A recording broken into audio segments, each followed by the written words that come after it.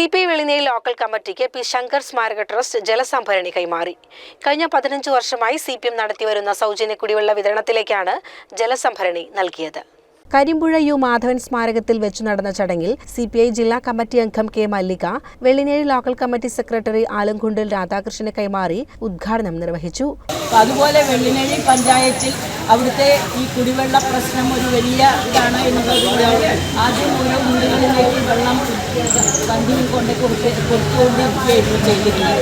അപ്പോൾ ഇത് മോട്ടോർ അടിച്ച് ഒരു സംഭരണി ഇതിലേക്ക് വച്ചിട്ടുണ്ടെങ്കിൽ വെള്ളം എപ്പോൾ വേണമെങ്കിലും ആവശ്യക്കാർക്ക് കിട്ടുകയുള്ളൂ എന്നുള്ളത് കൊണ്ട് എപ്പോഴും ഒരു കമ്മ്യൂണിസ്റ്റുകാരൻ ചെയ്യേണ്ടത് നമ്മുടെ സഹജീവികൾക്ക് നൽകാവുന്ന സഹായം നൽകുക എന്നുള്ളതാണ്. അപ്പോൾ ആ രീതിയിൽ ഇങ്ങനെ ഒരു സംരംഭം ഇവിടുത്തെ party branch Vellinezhi party branch അത്തരം ഒരു സംരംഭത്തിന് പുറപ്പെട്ടു എന്നുള്ളതിന് തന്നെ അത് അഭിനന്ദനാർഹമായ കാര്യമാണ്. വെള്ളിനേഴി യു മാധവൻ സ്മാരക സമിതി നൽകിയ മോട്ടോർ CPI ജില്ലാ കമ്മിറ്റി അംഗം ജ്യോതിവാസൻ കുടിവെള്ള സമരസമിതി ചെയർമാൻ P നാരായണൻകുട്ടിക്ക് കൈമാറി. കരിമ്പുഴ ലോക്കൽ സെക്രട്ടറി കണ്ടയിൽ നാരായണൻ അധ്യക്ഷത വഹിച്ചു.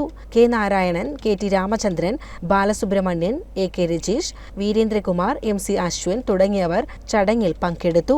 CCN കടമ്പഴിപ്പുറം.